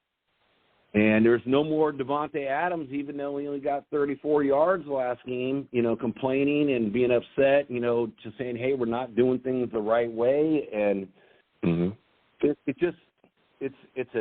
a big juice. It's a jump. And Antonio Pierce is kind of like, if we go back in time with Rich Bisaccia, he was the same type of coach. He was a motivator of men, and that's what Antonio Pierce is. So I know Mark's probably having some regrets doing, hiring McDaniels over Bisaccia, but Pierce is kind of the same type of coach. Everything's going to be like on Bo Hargraves this week. He was the quarterback coach, and now he's taken off as the offensive coordinator. And the difference is, and this is why we had these conversations about Carr, quite a bit. Yes. Is Josh McDaniels to say, hey, run the play. Where he is letting the players tell him, hey, what is working? What do you want to run? And he incorporates that into his scheme, which is why I think that was the first time, we scored over 20 points in a season against the Giants. Before then, and Mick Genius is like, supposed to be this great offensive coordinator, and we can't get 20 points a game with this type of weapons that we have. So it's rejuvenated, players. It's a rejuvenated fan base, and it's going to be fun to, watch your amazing Jets defense, and see what they do. And like I say, from the offensive side, what is different, when Jimmy G was in there, he can't throw a deep ball. So everybody's stacking the box with 8 guys. So you can't, with 8 guys in the box, well, then Josh Jacobs is not going to get off. And so with what I see from the rookie already from the 2 games that he played is like, well, now you can't keep 8 guys in the box. So that stretches, things out for Josh Jacobs to get better running attempts, which every game he's been under the rookie has been better than anything that Jimmy G's done the whole season. And it's going to be interesting to see how, are we going to see the same quarterback, like in this first game where he fumbled the ball 3 times because you guys got an amazing defense. I mean, just absolutely unbelievable defense. Now, let me. I don't mean to cut you off. I don't know if you on a headset, Jack, it just sound a little bit muffled. If you could correct that, maybe come off the headset because I really want to be able to hear you. I can hear you, but it sounds a little muffled on your end. Oh, I'm sorry. Now, I'm on a cell phone. Oh, okay. If you're just on the cell phone, that's just probably. But as we're having the discussion and we're talking about O'Connell, right, this rookie kid, and he's been able to do some things. How concerned are you about this Jets pass rush, right? Because we don't have to we don't have to send blitzes to get pressure, right? We got Quentin Williams, we got Huff, we've got Jermaine Johnson. We'll see what's going on with Will McDonald if he plays. If he doesn't, then again we can bring Carl Lawson, John Franklin Myers. We got so many guys that can get after you. What do you think the Raiders are going to do to try to slow down our pass rush? Are you guys going to look to get some screen game going? You're going to go quick? I mean, what are you going to do? Boy, it's going to be an interesting call because, again, this is Bo Hargrave's only 2nd game, and it's going to be Aiden O'Connell's 3rd game. So it's going to be interesting to see what they try to do to try to stop. Your defense is the number 1 defense in my mind in the entire NFL. So that's what's going to make this a lot of fun is because there's a lot of unknowns. I don't have any expectations for what this team is, but it's going to be interesting, You know, it's like if they can play like they did against the Giants and just open it up, you know, just get some lanes going, it'll be interesting. I do see it like what everyone else does. It's going to be a low-scoring game. Yeah. But, you know, it's got to be a lot of chips. It's got to be a lot of chips, and you got to get a lot of, you know, let it be from the running backs or bring in an extra tight end. But, yeah, you're going to have to do that against your Jets team because you guys are stout on the defense. That's for sure. Yeah. Now, my final question before I let you go, our offense is struggling right now. They're struggling. We're trying to find a spark here. And, you know, the Raiders, we talk about our pass rush. I mean, you guys are bringing, you know, Max Crosby. He's going to be in the building. I'm very concerned about him. Is he a guy that you think could absolutely make the day just rough for the New York Jets offensively? And what do you think you guys are going to do with him? Do you guys move him around the line, like from right to left? Does he stand up sometime? What are some of the things that you could see them utilizing Max Crosby as far as like his versatility, whether it be standing up or, you know, rushing from his hand in the dirt? Yeah, Max Crosby is an unbelievable player. I mean, I posed this question in some Raider chats, and I'm like in between, like, who's better, Khalil Mack or Max Crosby right now? Max Crosby played every snap against the Giants, if I recall correctly, and he had 3 sacks, and he's like the number one defensive end stopping the run. And yes, Joe, they do bring him all over the place. They'll move him around, they'll stunt him, and the kid that you got to start looking out for, which he has been a non-factor up until like the last couple of weeks, is Tyree Wilson, who was the number 7 pick in the draft. He had that foot injury, and he didn't look good. And I think now he's starting becoming healthy, and he is starting to turn it on. He actually had like one of the highest PFF grade in like 2 weeks ago. So it's going to be interesting to see what happens, and I feel like it's going to be the same thing that the Jets are going to do to the Raiders with pressure. I'd see the Raiders doing the same thing with the Jets. And so I see it's going to come down to a lot of the field position between the two teams and kicking field goals. Yeah. I mean, hopefully the Jets' offense will be able to pick it up because I don't want to – look, whatever it takes to get a win, I'll take it.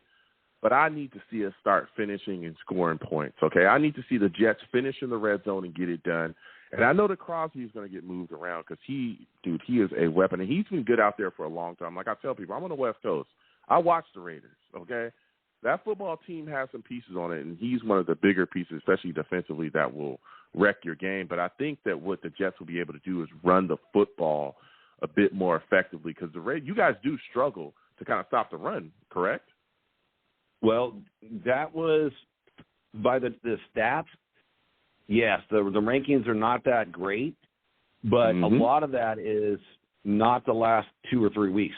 So that was a lot from the very beginning, just being absolutely trash. And the Raiders' defense has actually been playing, extremely well lately. So, and in a way of creating turnovers and doing those type of things, statistically wise, they've been improving every week, and it's been just god awful in the beginning. So Patrick Graham has really improved that defense. So it'll be interesting to see. It's going to be a whole different ball of wax, for the Raiders. And it'll be interesting to see what happens on offense. But I will say this, don't underestimate the Raiders defense because the last few weeks, just if you've been watching the games, then you've been seeing it. But just go look at the stats. It's not a lot of teams have been putting up a lot of points against them. I mean, y'all just smacked the Giants. Y'all just destroyed them like they was nothing. Before I let you go, Jack, give me a score prediction, man. Jets, Raiders, Sunday night. All right, I'll give you mine and you got to give me yours. So, of course, I give mine at the end of the show. Everybody knows that. I don't run from the score. I give it at the end of the show. But I want to hear you. I want to hear your score prediction. Who do you think wins? Who do you think loses? How do you think it ends up? All right. So this is my score prediction. I'm going with my Raiders.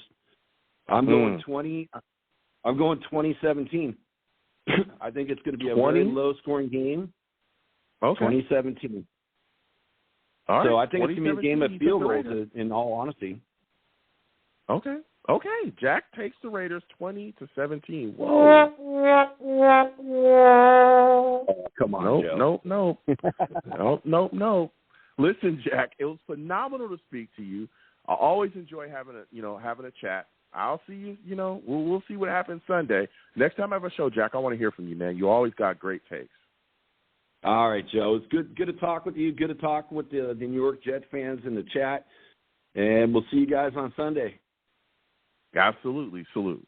We're going to keep moving. 515-602-9639. I'm telling you, I got callers and listeners from all over the place, different fan bases, all that. Wherever you want to call in, you want to talk about the Jets, you want to talk to your boy, I want to have that discussion, okay?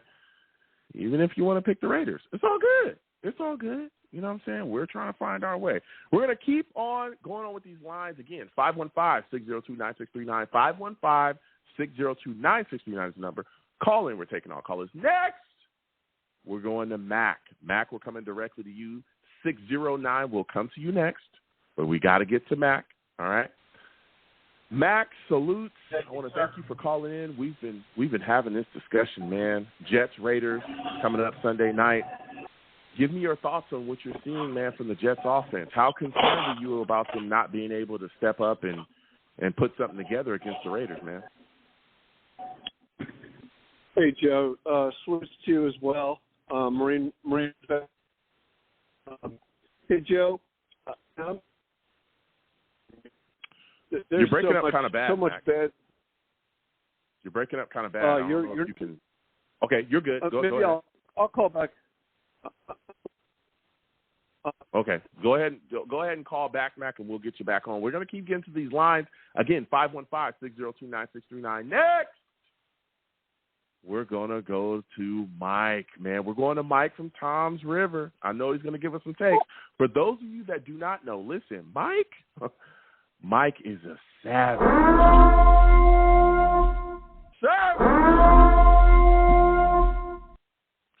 Mike, salutes. Listen, Mike, we've been talking, all right? Jets, Raiders, we got that coming up. We're coming off of an awful loss to the Chargers. Give me your thoughts on what you've seen, man. What are your thoughts about this Jets offense? Do you think they'll be able to put it together and kind of get on some type of role against these Raiders? They should. I think Paul Hackett has to change things up. I think the play calling they're doing has been atrocious. Like I said to you last week, they're playing the 12-man offense, and it's predictable what they're doing. Spread the wide receivers out, and run the ball. Mm-hmm. And he won't do it, or do play action off it. Do something off it. Make it jumpy. Yeah, I'm hoping. He doesn't. I'm hoping. Oh, sorry. Yeah, no, Mike, like you said, I'm hoping that we do something. I think a lot of people, and I want to get your thoughts on this too, but there's a lot of blame to be shared, but I think a lot of people aren't necessarily just looking at the play calling either being a factor, and it is. I don't think enough people are looking at that. Like you said as well, our play calling has become very predictable, and it seems like they've kind of turned away from Zach's strong point. I feel like where's the play actions? Where's the rollout stuff? Like where's that? Especially with an offensive line that has been struggling, right? Exactly. Like where's the movement so that he's not sitting there stagnant in the pocket and allowing guys like Bosa or Mack or whoever to just barrel down on him and smack him around. But I want to get your thoughts on this, man. Zach Wilson has really become like the the guy that people are just beating up on. A lot of Jets fans want to see him benched. A lot of Jets fans, want him gone. What are your thoughts on, him at this point? And do you think that we'll see Sulla bench him this upcoming game against the Raiders if he, is struggling a bit? I don't think so. It's not all his fault. The offensive line has been hurt. They never should have put Turner at right tackle, like turnstile. They never should have put him there. They could push him to guard. He had a couple bad plays, like the one when he could have ran it for the first down and pitched it to Carter instead. Mm-hmm. That was bad. But yeah, there were so many turnovers. Lazard dropping the ball so many times, all around. You can't just blame it all on him, Mm-hmm. No. And they got to open up. And you have to open up the playbook too. They got to open up the playbook. Mm-hmm. Throw the ball deep a couple times. Keep the the defense gets him. Yeah. And now that Billy Turner is out this week, we'll see Max Mitchell slide back over to that right tackle spot. There's going to be an opening there at guard. I'm thinking either Chris Glazer or Newman is going to be there. Do you have any confidence that the Jets' offensive line will be able to protect Zach Wilson this upcoming week against the Raiders? I think they got to do like a lot of more like 3-step drops and just pass it. Get rid of the ball. Open it up. Yeah, and that'll open up the run game quickly. Yeah, exactly. Get it out of his hands quickly. That's a good analysis there. Now, as we go over to the defensive side of the ball, we know the defense has been playing very well, but they're going to be facing up against a big weapon in Davante Adams. How concerned are you about him, potentially going off? I'm not concerned at all, really. Defense is solid. I mean, the thing is, the Jets are wasting this defense. This defense is Super Bowl caliber, and they're wasting it. I think Davante Adams is disgruntled. Mm-hmm. Yeah, he's going to be up against Sauce or Reed. Again, we'll see if Sauce tracks him. I know that's not something normally that Aldridge or Sulley kind of do in this defense, but, with a weapon like him, I can see that being done. But either way, even if you say that with DJ Reed, I think DJ Reed will be able to adequately do the job. Now, my final question before I let you go, Mike, I'm concerned about this team and their penalties, right? We saw, 9 against the Giants, 8 against the Chargers. Do you think that that's something that could rear its ugly head against the Raiders? How concerned are you about that? Ooh, well, Jets always start out slow. And again, they got to fix that. In the beginning of the year, we had the third least penalties in the NFL in the last couple of games. We started doing it. I think they got to refocus. It's like, everyone has to step up and man up. It's not all on the coaches, but I mean the players play. But I mean you gotta. I think we'll be okay. I think we'll win this game. Okay. Now before I let you go, Mike, give me your final score prediction. Who do you think wins? Who do you think loses? Jets Raiders Sunday night. The lights are going to be bright. I'm going to say 20-10 Jets. Ooh, 20-10 Jets. All right. Okay.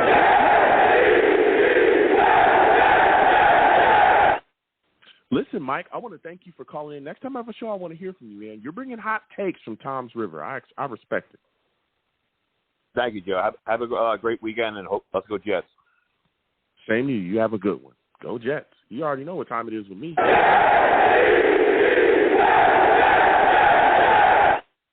We're going to keep getting to these lines. Again, 515-602-9639, 515-602-9639. Next, we're going to Julio. We're going directly to Julio. For those of you that do not know, Julio, he's a savage.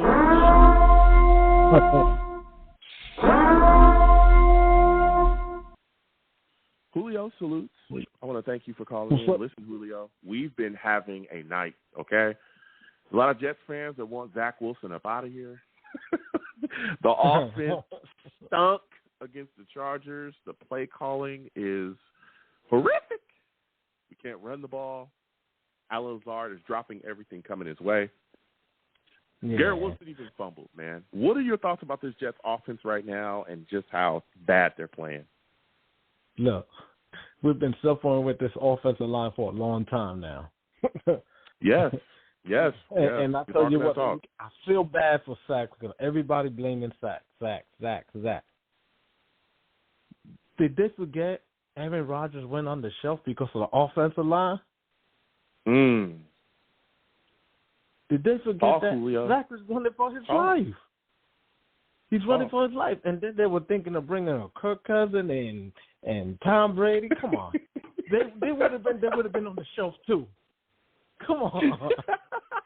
This offensive line is completely disastered. Yeah.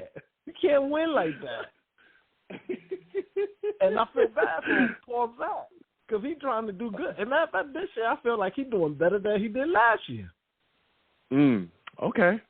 We don't have an offensive line. How can we win if you don't have an offensive line? Listen, Julio, and I'm not a Zach Wilson, supporter to the death. Believe me, when he stunk, especially last season, Baby, I could not wait to do a show to tell y'all that Zach Wilson sucks. I was doing shows directly as soon as I could, as fast as I could. I would get on this mic and talk about how bad Zach Wilson was. But it's tough to blame everything, the offensive struggles that we're seeing. It's tough to blame it on Zach Wilson and Zach Wilson solely, when everything else is just so bad. You talked about the line, Al Lazard, all that stuff, man. Go ahead, keep going. Did you see? I don't know if you've seen it, but he did this 3 times. Is it Dwayne Brown? He just stand there while the dude went past him and chase him down, chase back down. Billy Turner. Probably Billy Turner from the last game. Yeah, Billy Turner was – he stunk. He stunk. Come on. Oh, he was bad. He was bad. I mean, I couldn't believe it. We deserved to lose that game the way they were chasing him down. The defense trying their best to win. Yeah. They couldn't. Yeah. It was mind-blowing. Now, as we look at this upcoming game against the Raiders, right, we're going to be on there Sunday night, do you think the Jets' offense will be able to turn it around, man? Do you think the Jets' offense will be able to step up, step out, and be able to put up some points against this Raiders defense? I'm going to be honest. It's going to be a miracle. But I think this defense is going to step up even more. It's the most challenging. Okay. Now somebody got to help Sauce because now, they're going to try to put Davante Adams right on Sauce Gardner. Mm-hmm. Well, I think Sauce welcomes that challenge. Again, Sauce is regarded as one of the top corners. Many of us believe that he is the best corner in the league, which, a lot of people just say, well, Joe, you're a Jets fan. But there's a lot of other people that think he's, up there as well. So I think he welcomes that challenge. And I don't think that, he'll struggle as much as people think against Davante Adams. Davante is great. But Sauce is going to be phenomenal. And even if Sauce isn't matched up with him, I really think that DJ Reed is extremely talented as well. He's one of the better corners in the league, too. And I think that he'll do a good job. But I am concerned about Davante Adams for sure. Another thing that concerns me as well on their offense is Josh Jacobs. We've been talking about him a little bit tonight. He's a running back that, they go to. They can hand the ball off. He can run, but he can also come out the backfield and catch the ball. How concerned are you about him in the passing game against this Jets defense? No, not that much concern. Okay. Not that much. I feel like this defense, mostly always kind of in charge of that kind of game. Like if they throw to the running back a lot, mostly it's always there. That's one thing. Okay. Then who? Williams, how man. Concerned are you? Quincy. Yeah, Quincy. Ooh. You got to think about him too. He's been stepping up big time. No, listen, Quincy's been phenomenal. CJ's been playing very good this year too. Our pass rush, again, Quentin Williams has been good, even though people are starting to talk about his sack numbers and the lack of sacks and trying to, hit him for that. It's like, come on, man. This defense has been phenomenal. But they all been playing lights out. Yeah, they've been playing lights out. One thing I'm concerned about. Johnson. And let me tell you, I'm hoping that the Jets sign Huff. Oh, yeah. They definitely need to get that done. They need to get that done. And I know that I think at one point they were saying that they hadn't contacted him yet about some contract stuff. I'm hoping that they get that done ASAP, because the more that the season continues to go on, and the more that he's able to go out there and get pressures and make plays, brother, I'm telling all of y'all think that Huff is coming cheap. He is not. No, edge rushers in this not. league get paid. Get paid. You know what's crazy? You don't even have to be a great edge rusher. I'll get right back to you in a second, Julio. You don't even have to be a great edge rusher in this league to get paid quite a bit of money. Every year in free agency, there's always a guy that was just tagged as an edge rusher, right? Early in his career, we used to talk about it. I remember Vic Beasley was one of those guys. There was a couple other guys as well. They would always be, kind of lingering around at the end of free agency, and then those guys would get signed to $10 million a year contracts, $12 million a year contracts, 1 year $12 million, 2 year, $18 million contracts and stuff like that. Even guys later on in their years getting paid big money because they can get around and they can rush the passer. So exactly. I'm telling you, Huff, who's in his prime, he's one of the top. I think he's rated as the top pressure. He has a top pressure rate or something in the league. He is That number is going north, okay? And you're going to be paying. We could be talking about Huff making it in the teens, for real. Yeah. Like, for real. And they need to lock him in. To a defense? Yeah, go ahead. Yeah, they do. They need to lock him in. Because, you know, if what I'm hearing is true, this off season, that they want to get Davante Adams on a trade in the off season, lock this guy up because we need this guy. Yeah. Listen, I know that there's a lot of talk about Davante Adams and trades. I know that there was talks about that Joe Douglas did his due diligence. I don't know if that's still, again, we'll see, because a lot of things have been shaken up over there with the Raiders. But draft capital for us is paramount. We're talking about this offensive line now. I don't know how y'all think we're going to fix it without draft capital. I don't know how y'all think we're going to fix that. And again, there's things moving and shaking along this line. Y'all talking about paying Huff. He's one of the guys we need to pay. We also need to pay Mekhi Becton, too. We need to pay Mekhi Becton as well. Mekhi Becton is literally the only guy that's playing good on our line currently. He's the only guy. Yeah. That's it. So, I don't know, and left tackle. I'm still big on Pittman, though. Yeah, I mean, Pittman's playing solid, but Mekhi Becton, far and away, is playing better than everybody else. Pittman is playing solid. Again, at guard, he was decent. He holds the fort for us. He was playing really well. Center, he's doing his thing. He's a rookie. He's playing solidly. Yeah. But Mekhi Becton, he playing his head and shoulders playing better than ever. Mekhi Becton is playing some of the best left tackle in all of the league. He's one of the best left tackles currently in the league. Like I told y'all he would be again. So better get ready to pay him too. Franchise him if you want to. You better work out a long-term deal with him too, because there's going to be some issues. Yep. So and he will come out cheap. He will come out for cheap. He's not cheap either. Yeah, he's not. You already know. Listen, Julio, it's been a phenomenal call. Give me your final score prediction, Jets, Raiders. Who do you think wins? Who do you think loses? How do you think it ends up? I think it's going to be 24-21 Jets. 24-21 Jets, Julio.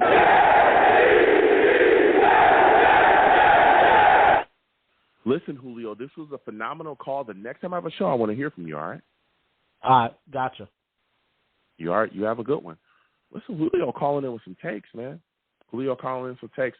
Salutes to my guy GVH in the chat. All right, Savage. He says, Joe, you ain't going too far from Vegas. Or you ain't too far from Vegas. You going to the game? No, I'm not. I wish I could, but no. So no, I'm not going to the game. But we gonna figure it out. All right. But no, I'm not going to the game. I still gotta figure out how I'm gonna get into a game this year. We'll see. All right. But I'm not going to that game. I wish I was. All right. Listen, this has been a great show, man.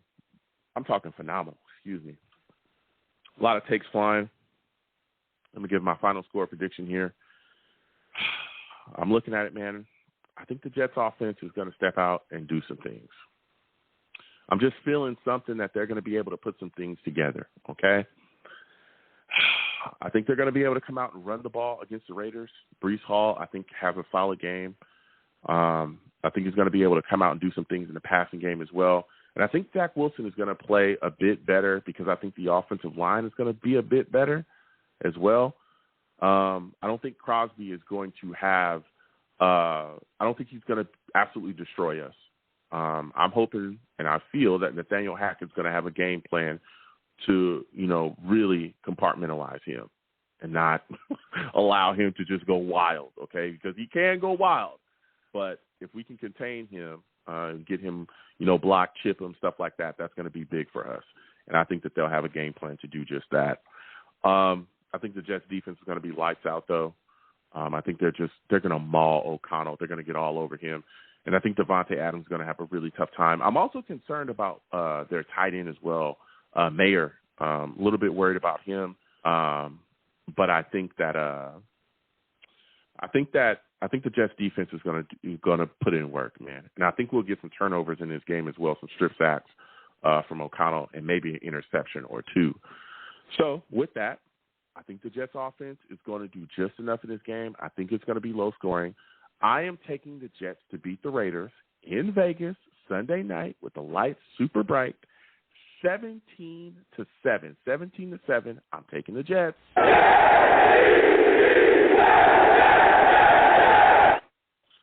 Listen, folks, phenomenal to speak to y'all. You know what I'm saying? We're going to go ahead and close out the show here. I have a blast. Listen, I'm the man of the people. I'm here for the people. Let me shamelessly promote my Facebook page. Everyone go on Facebook, search The Long Beach Joe Show. Like that page. My content's up there. Go ahead and give it a listen. Message me. I'll message you right back. I love going back and forth with you folks about this football team. Also, leave me some feedback. I love hearing about what you folks think I do here on The Long Beach Joe Show. Also, all right, you can go over to Twitter because your boy is on Twitter. All right. Go ahead and follow me at The Long Beach Joe, at The Long Beach Joe on Twitter. Personal page is YoungJ000. At The Long Beach Joe is the show's page. Go ahead. Follow me. I'll follow you right back. You want to troll me? No issues. I'm the troll that lives under the bridge, and I will have my Vera Tucker jersey on at all times. At all times. Okay? At all times. He's going to come back at some point, and we're going to get it together. All right? We're going to get it together. Vera Tucker, this offensive line needs you like no tomorrow, okay? Like no tomorrow, we're going to get it together. Before I close it out, though, we're going to take a final call. I think this is Mac, man. Before I close it out, Mac, we're coming back to you quickly. All right, Mac, quickly, give me your thoughts. Jets, Raiders, offense, give me your thoughts about what you think they're going to be able to do, and do you think the defense will be able to keep Davante Adams under wraps? Quickly. Joe, we got no shot unless the defense wins this game. Our offense is a complete disaster starting at the top. Now, Saleh is completely gutless, scared coach, will not play to win, tries to play not to lose. Hackett, the guy's only here because of Rodgers. He was never going to call any plays. Rodgers was going to do it. Now that he has to call plays, you see what we got.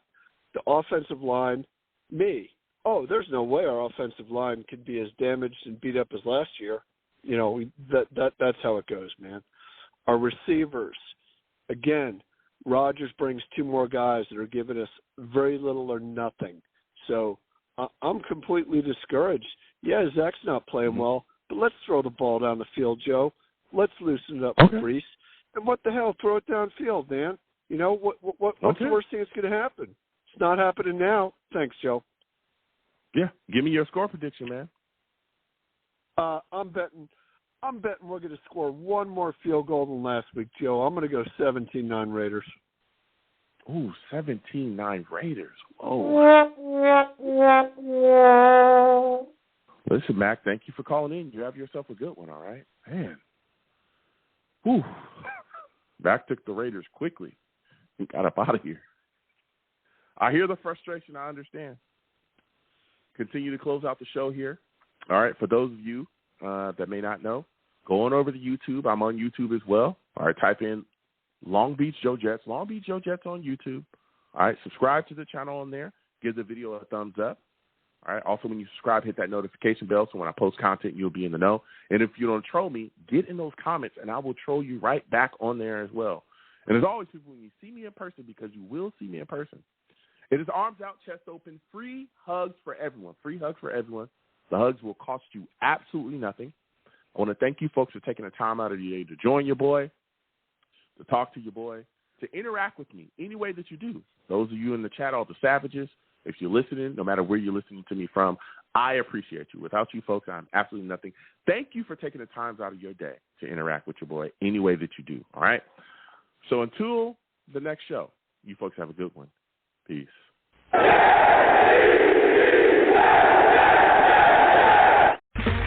Okay, round two. Name something that's not boring. A laundry? Ooh, a book club. Computer solitaire, huh? Ah, sorry, we were looking for Chumba Casino. That's right, ChumbaCasino.com has over 100 casino-style games. Join today and play for free for your chance to redeem some serious prizes. ChumbaCasino.com. No purchase necessary. Void where prohibited by law. 18+ terms and conditions apply. See website for details.